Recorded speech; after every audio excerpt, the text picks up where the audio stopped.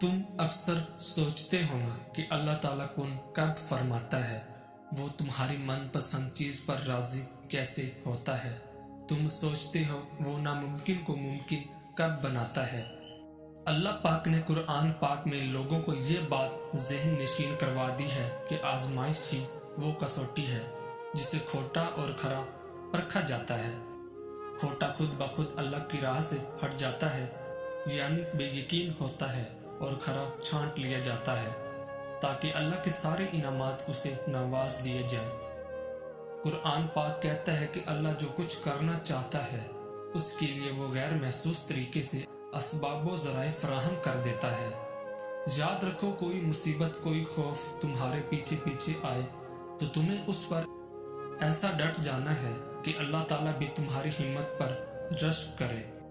قرآن پاک کہتا ہے کہ جو لوگ میری ہدایت کی پیروی کریں گے ان کے لیے کسی خوف اور رنج کا موقع نہ دوں گا۔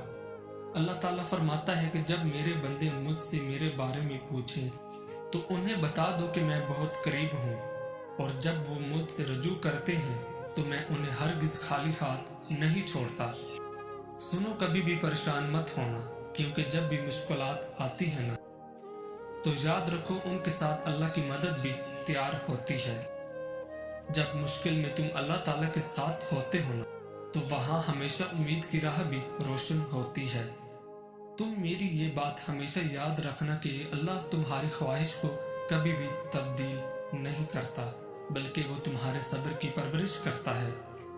اللہ تعالیٰ تمہاری دعوت کی آواز کو کبھی بھی نظر انداز نہیں کرتا، وہ صرف تمہارے صبر کو ٹیسٹ کر رہا ہوتا ہے۔ جانتے ہو، آزمائش میں اللہ سے جڑ کر مانگی دعا اللہ سے کون کروانے کی طاقت رکھتی ہے، بشرطے کہ تم دل میں کوئی وسوسہ نہ رکھو۔ اللہ پاک تمہارے دلوں میں جانتا ہے اور وہ اسے ہی چنتا ہے جو اس پر یقین کرتا ہے۔ یاد رکھو، دعاؤں کا مسلسل تمہارے لبوں پر تسبیح بن جانا اللہ تعالیٰ کی طرف سے اشارہ ہے کہ وہ تمہاری دعاؤں پر راضی ہے۔ تم جانتے ہو تمہاری کہانی اس لیے رک گئی ہے کیونکہ اللہ چاہتا ہے کہ تم اگلا حصہ خود لکھو۔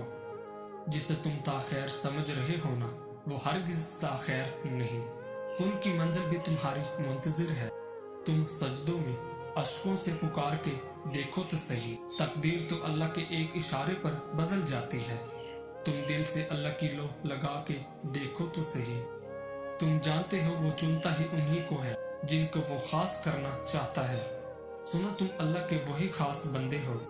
جب اتنا یقین سے مانگا ہے پھر غم کس بات کا؟ یہ بات بھی کتنا سکون دیتی ہے نا کہ روتے ہوئے خالق دیکھ رہا ہوتا ہے۔ جب دل تمہارا تھک جائے تو جان لینا کہ آسمان سے تمہاری مدد کے لیے قبولیت کا دروازہ کھلنے ہی والا ہے۔ سنو، اگر تم انتظار کرتے پوری طرح ٹوٹ چکے ہونا تو اللہ تعالیٰ کا ذکر کرتے ہوئے دعا کرنا، اس سے انسان کی روح کو بہت طاقت ملتی ہے جو تمہیں کبھی بھی ٹوٹنے نہیں دیں گی۔ تم جانتے ہو، جو انسان اپنے دل کی گہرائیوں سے شدت سے دعا کرتا ہے نا تو وہ اللہ کے نزدیک سب سے قریب ہو جاتا ہے۔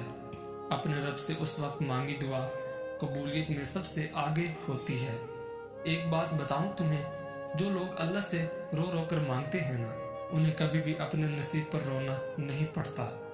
اگر تمہاری کوئی چیز چھین جائے تو اس پر کبھی غم نہ کرنا، کیونکہ یہ بھی ہو سکتا ہے کہ تم ایک گلاب کے طلبگار ہو اور اللہ نے پورا باغ تمہارے نصیب میں لکھ رکھا ہو۔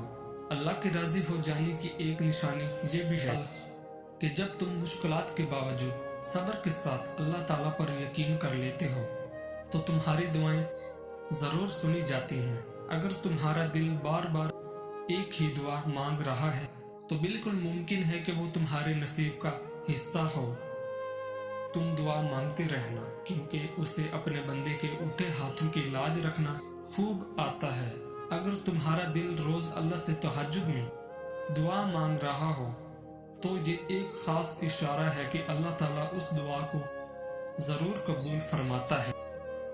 نبی کریم صلی اللہ علیہ وآلہ وسلم نے فرمایا، انسان کا خدا کے نزدیک ایک ایسا درجہ ہے جسے انسان صرف ایک عمل کے ذریعے ہی حاصل کر سکتا ہے۔ یہ ویڈیو کمپلیٹ ضرور دیکھیے گا دوستوں، اور وہ ہے اس کی آزمائش۔ وہ تمہیں آزمائش سے گزار کر عنقریب تمہیں اس کا بہترین اجر دینے والا ہے کہ تم حیران رہ جاؤ گے۔ سنو، اگر تمہیں کوئی بہت تکلیف دے رہا ہو یا بہت نقصان دیتا ہو اور تب بھی تمہارے دل سے اس کا خیال نہیں نکلتا، تو میں ایک مثال دینا چاہوں گا۔ جیسے چونٹی اگر کسی راستے سے گزر رہی ہو اور آپ اس کے راستے میں انگلی رکھ دیں تو وہ آپ کی انگلی اٹھنے کا انتظار نہیں کرے گی، بلکہ اپنا راستہ بدل کر اپنی منزل کی طرف چل پڑے گی۔ یاد رکھو، راستے اور منزل انہی کو ملتے ہیں جو اپنا راستہ بدل کر اپنی منزل کی جانب اپنے رب پر بھروسہ کر کے اپنا سفر اس کے حوالے کر دیتے ہیں۔ اللہ پاک فرماتا ہے کہ جو بھی مجھے یاد رکھے گا میں اسے اس کی خواہش کے مطابق نواز دوں گا، بس تھوڑا سا اور صبر کرو۔ تم دیکھنا، اللہ اپنی مدد وہاں سے بھیجے گا جہاں تم اپنی ہمت ہار کر لوٹ آئے تھے، ون ڈے انشاءاللہ۔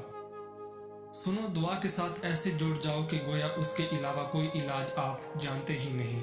دعا مقدر نہیں، تمہاری زندگی بدل دیتی ہے۔ اللہ کسی بھی ٹوٹے دل کو ضائع جانے نہیں دیتا۔ تمہیں پتہ ہے اللہ تعالیٰ ایسے انسان کی پکار پر فوری کن کر دیتا ہے جو دکھوں میں اس کا شدت سے طلبگار رہتا ہو اور اس کی رحمت کا صبر سے انتظار کر رہا ہوتا ہے۔ سنو، جب کوئی ٹوٹا انسان اپنے رب سے مدد کی فریاد کرتا ہے تو اللہ تعالیٰ اس کو زیادہ دیر تڑپتا نہیں دیکھ سکتا۔ وہ جلد ہی تمہارے لیے ایسے معجزے کرے گا کہ جس کی نہ کوئی حد ہوگی اور نہ کوئی اختتام، انشاءاللہ۔ اللہ آپ سب لوگوں کی خواہشات اور آپ کی مانگی ایک دعا بہت جلد قبولیت کا شرف حاصل کر لے، آمین۔ انسان کے رزق میں تنگی کی وجوہات: نہانے والی جگہ پر پیشاب کرنا، دسترخواں پر بے جا گفتگو کرنا، اللہ کی نافرمانی کرنا اور نماز ترک کرنا۔ ہمیشہ لوگوں کے سامنے یہی ظاہر کرو جیسے کچھ بھی نہیں ہوا، چاہے کچھ بھی ہو جائے۔